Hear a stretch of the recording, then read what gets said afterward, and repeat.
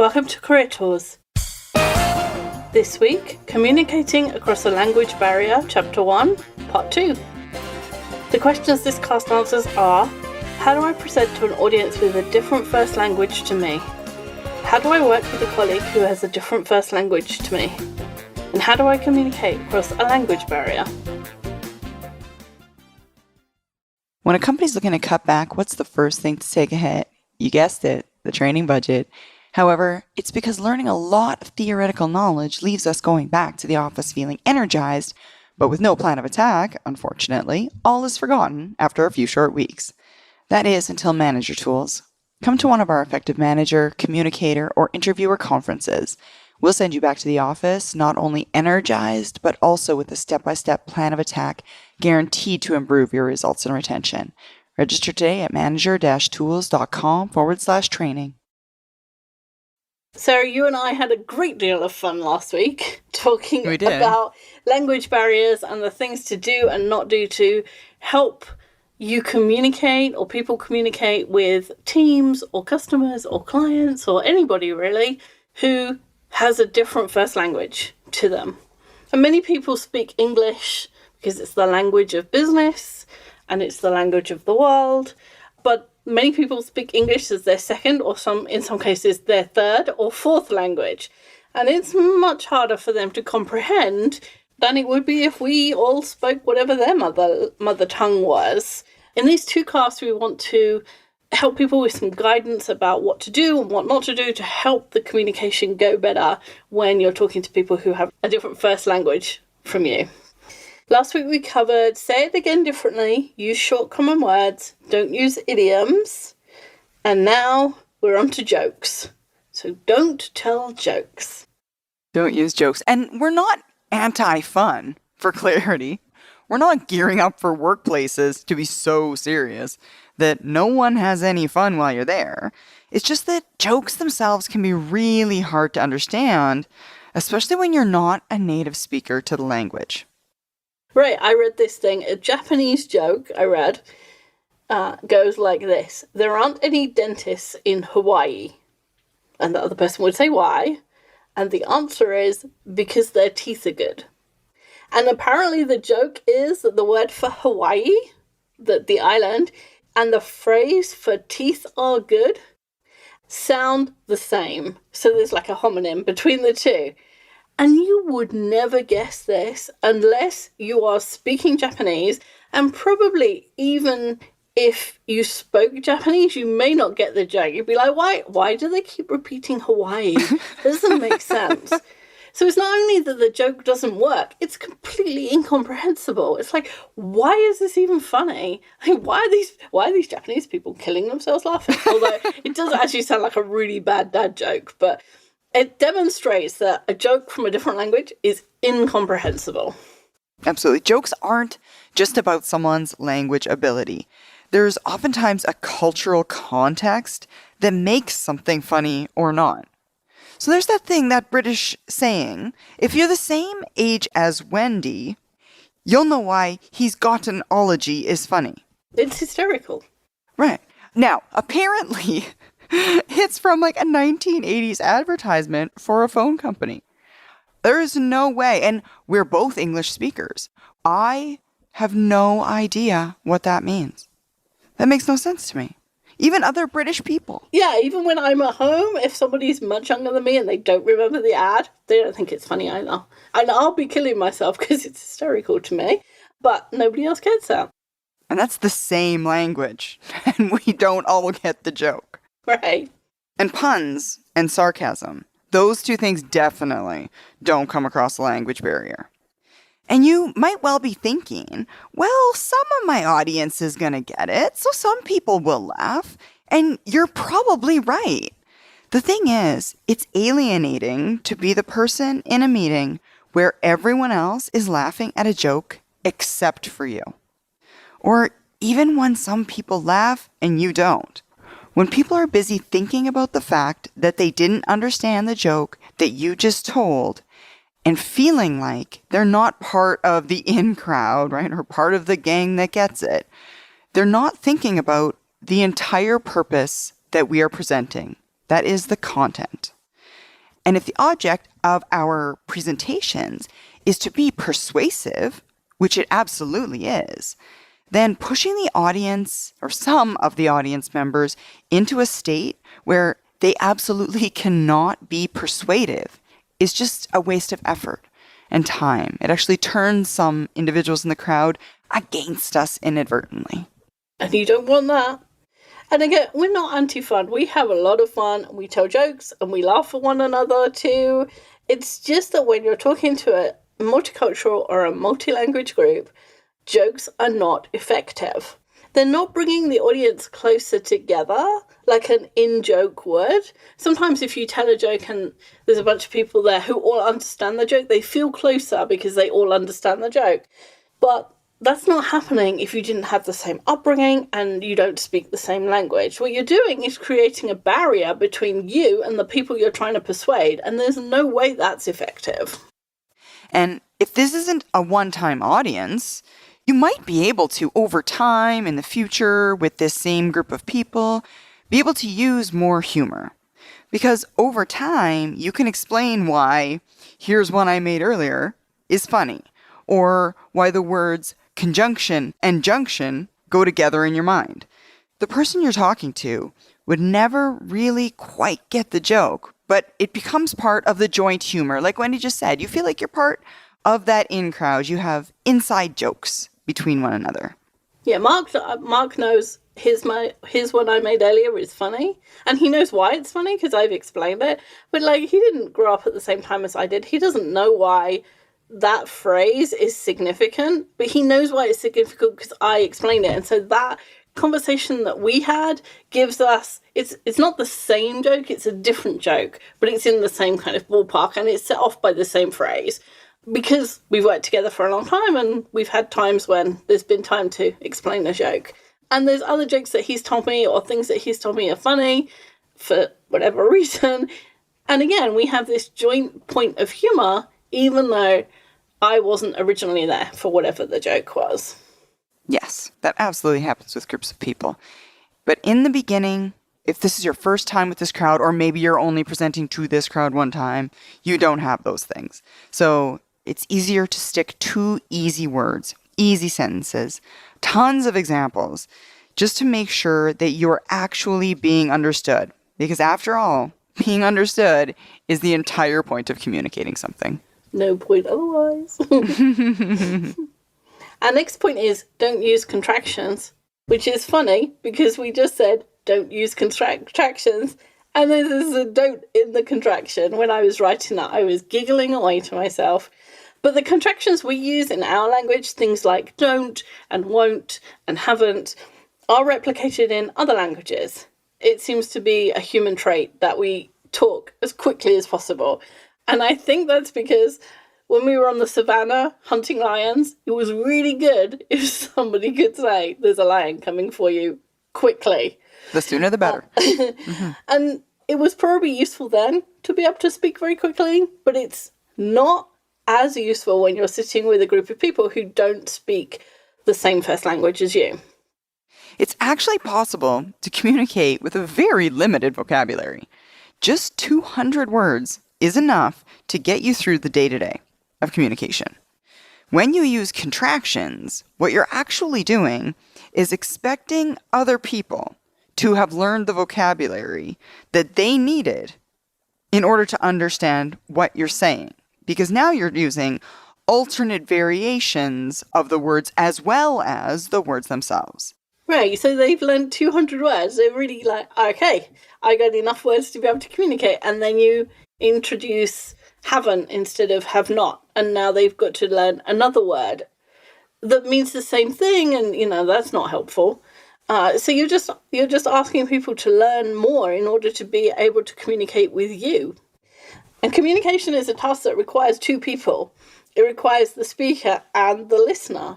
So why would you expect the listener to take all the burden of the communication? Especially if it's you that wants to communicate, right? If I want to tell Sarah something, it's my responsibility to make sure that I use words that she can understand. it's not fair of me to expect her to do all of the work, and I just talk how I normally talk, and expect her to do all the work of understanding me. We adjust our speech all the time. We adjust our speech if we're talking to someone much younger than us. We adjust our speech if we talk to someone from a different area or a different company, or we change our speech when we talk to servers versus our clients. They're two different things.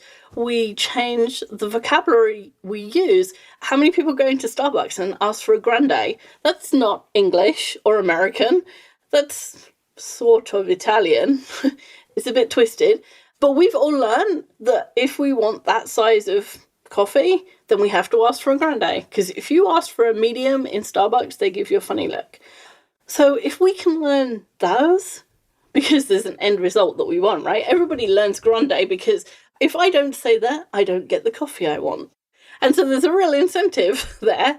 And now we just have to translate that to all of the communication we do. If we're communicating with someone else and we want to get the end result of that communication, then we have to make some of the effort in making ourselves clear. And that means using words that someone with a 200-word vocabulary would understand. Absolutely. And while we're on the topic of contractions, we should probably also include into this group abbreviations. In fact, it's a really basic rule of communication.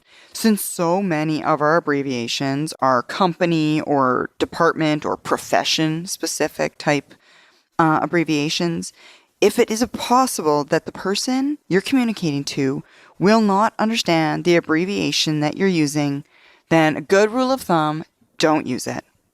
According to abbreviations.com, there are 64 different meanings for the abbreviation ADL. So it's easy to get a meaning wrong. And the abbreviations, I feel like they're all about how you interpret them. When I read ADL, that says to me activities of daily living, because I have a healthcare background. But that's not the same meaning of that abbreviation to anybody else. It's all about interpretation. It is. The electricity supplier in San Antonio, where I am, is CPS, Central Something Services. But the CPS, whenever I see it written, I think Child Protection Services, which is what the Americans would think.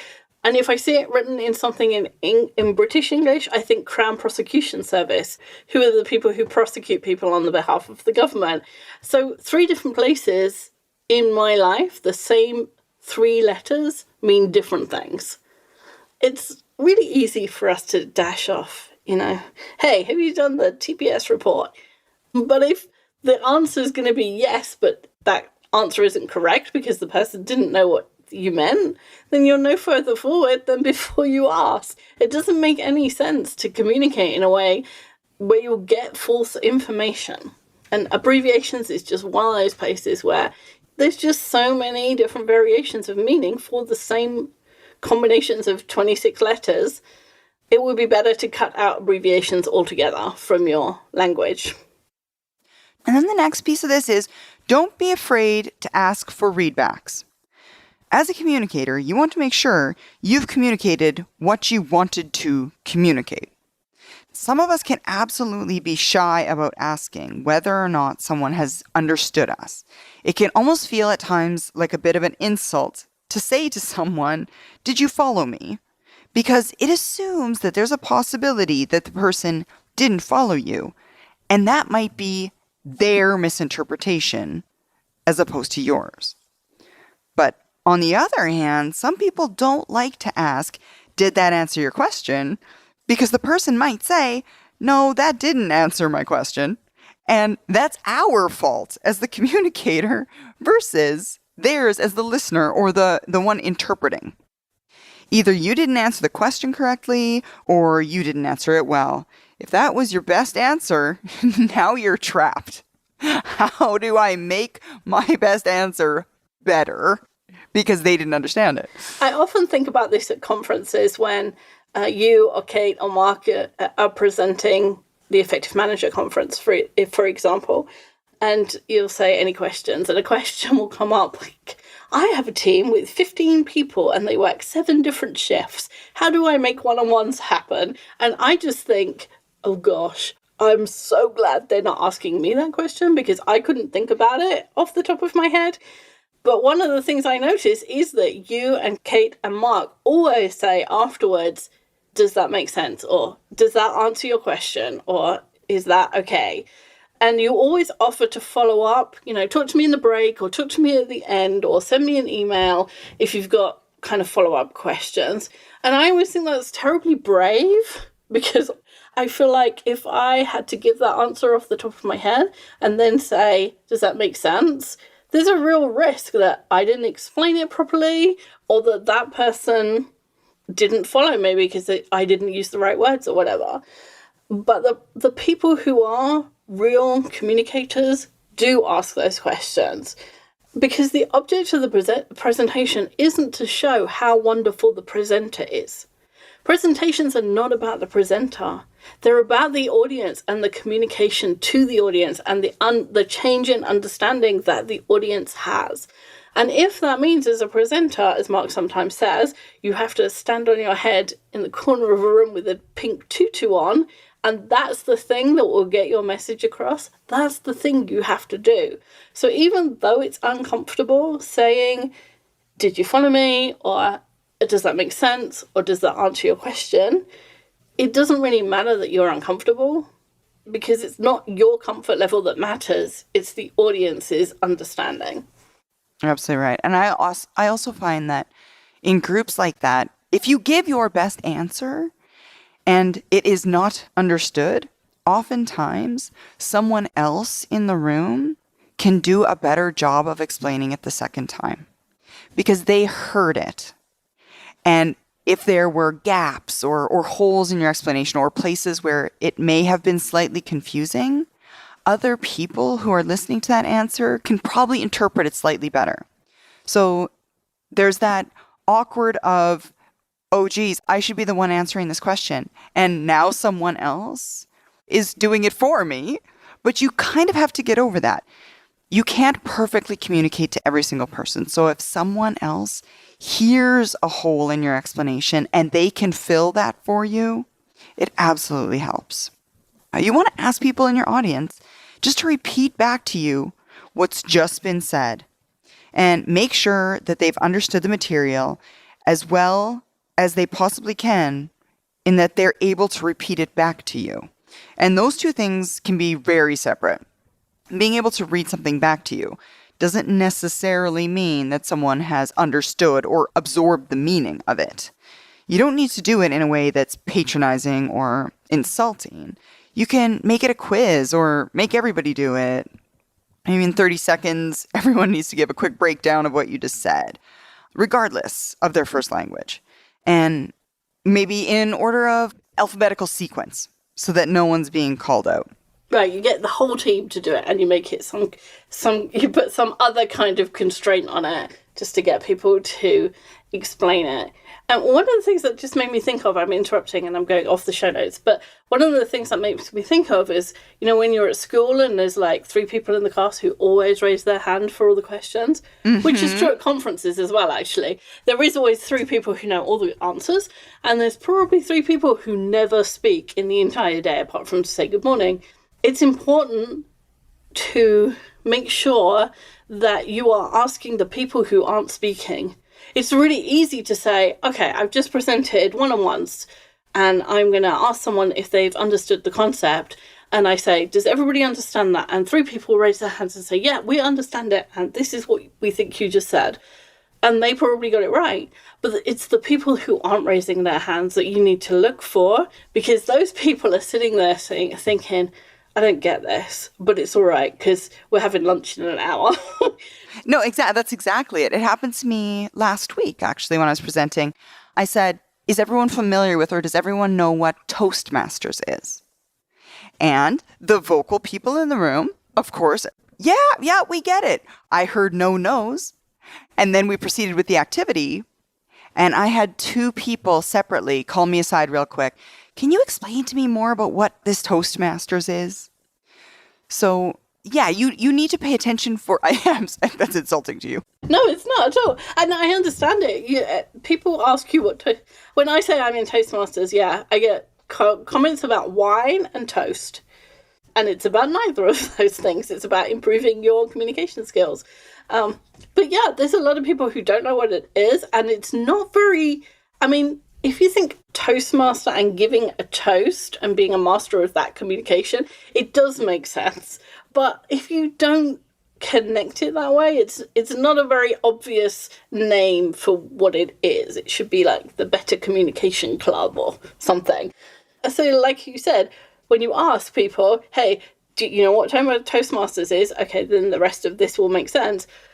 There are people who say, yeah, got it, understand it, I know, I'm a member, I know someone who's a member, whatever. Yes, exactly. And then there are people who haven't said anything. They don't say no, but they don't understand what's going on. Right.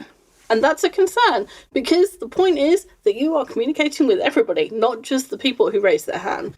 Exactly. And if it's those individuals, if you think someone might be shy or feel intimidated by being called out, you can always follow up with them in a one-on-one later. If you're not sure that somebody is understanding, or you feel like there might be gaps in the understanding, you can absolutely talk about it in a one-on-one or a situation after the meeting, loop around. So did you get all that, or is there anything I can help you specifically with? And if they're your direct, you can also give feedback about their level of understanding and willingness to say or to admit when they may not understand something. That's important. If the feedback's not really about whether or not they understood, as long as you think they were listening, the feedback is your willingness to say, I don't understand, or ask questions, because that's important. Absolutely. Now, there is an advantage here in having more than one person who speaks another language. So if you are in a group, Sarah, when you go to present in Germany, and there's you and a bunch of people who speak German, there is an advantage to having a bunch of people who all speak the other language, in that if one person can tell you accurately what you just said, you can ask them to translate for the people who aren't getting it. And you kind of said this just now, but we'll just say it again, because communicating, somebody might have missed it. So there's a real advantage if you have a group who all speak the same first language, and that is that if one person can accurately tell you what you just said, you can ask those people to translate it to the second language. Like you just said about people who work in companies, and sometimes they interpret your answer more easily for someone else who works in that company. It's the same with language. Like when you go to Frankfurt and you do the Effective Manager Conference, all the people in the room speak German apart from you, and they have varying levels of English. And in general, a German's level of English is like everybody else's level of English. They're really good. But sometimes there's concepts that are hard. Concepts are very hard in foreign languages. And so it's harder. And so if somebody has more history or more background or more vocabulary around something, or just are better at translation, they can help you explain what you're trying to say to other people. And the other thing they can do is help you understand the way they're explaining it. Because sometimes language and the words we have change the way that we think about concepts. It's kind of complicated. So if you think about English, we tend to think about time as a distance. So we say, it's been a long day. Like, I had to go a long way through today. There were lots of places I had to go. Even if those are just, recording a podcast, like that's a place, that's a way station on my day.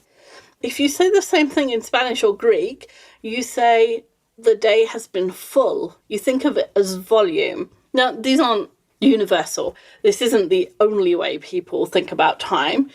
It's perfectly normal for English people to say, I'm having a full day too. It's just that probably most of the time, if people aren't thinking about it, this is the way they think about time. So the English speakers are thinking about a distance they have to go, and the Spanish and Greek people are thinking about a container that they are filling. So if you think about that, and now I want to explain time, and I am explaining some concept that happens over time, and there's a graph. So if you imagine a graph, the vertical axis is whatever thing happening. the number of times I go to the dentist in a year, for example, and the bottom axis, the horizontal axis, is time, then if you think in English, you will probably think that the far left-hand side of that horizontal axis is when I'm born, and the far right-hand side is when I'm 90 or 100. And the line, shows how many times I go to the dentist according to my age, going left to right. But if you think of time as a container, if you think of my life as a bucket that is filled in part by the number of times I go to the dentist, that graph becomes much harder to understand. And it's a simple example, and I'm not saying that Spanish and Greek speakers wouldn't be able to understand the graph. They would, it's simple.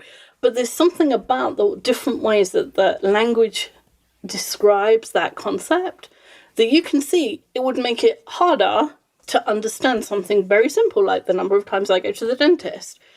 Now, if you're doing something that's more complicated and you're adding more complex vocabulary and there's a time limit because you've got a one-day conference or a 20-minute presentation, you can start to see why language and understanding the way a concept is described in another language is helpful to you as a communicator, even if you don't speak that language. So having someone who has got it, like, oh, you've understood it, now explain to me how you just explained it to them. That will help you the next time you have to explain it to speakers of that language. All right, so in summary, guys, we have a responsibility as communicators to make sure that the communication happens. The definition of communication happening is not, are you creating sound waves? It's not that, are you saying some words? It's that the message you're delivering is understood. It's that what you said can be taken and be used by another person. It's confidence in comprehension, not just someone understanding the gist of what you're trying to get across. And there's lots to think about here. Communication is just really important, and so it's worth doing the work to make sure that you're understood in as deep and a complex way as possible. Good summary, Sarah. Thank you. Thank you. As a manager, it's your responsibility to groom a second in command. One day you'll have to leave your team to move on to bigger and better things. Don't leave them in the lurch. Leave them with someone who's been groomed to take over. Bringing your 2IC with you to the Effective Manager Conference is the ideal way to train them to be a Manager Tools manager. Sign up today at manager-tools.com/training and let us train them for you.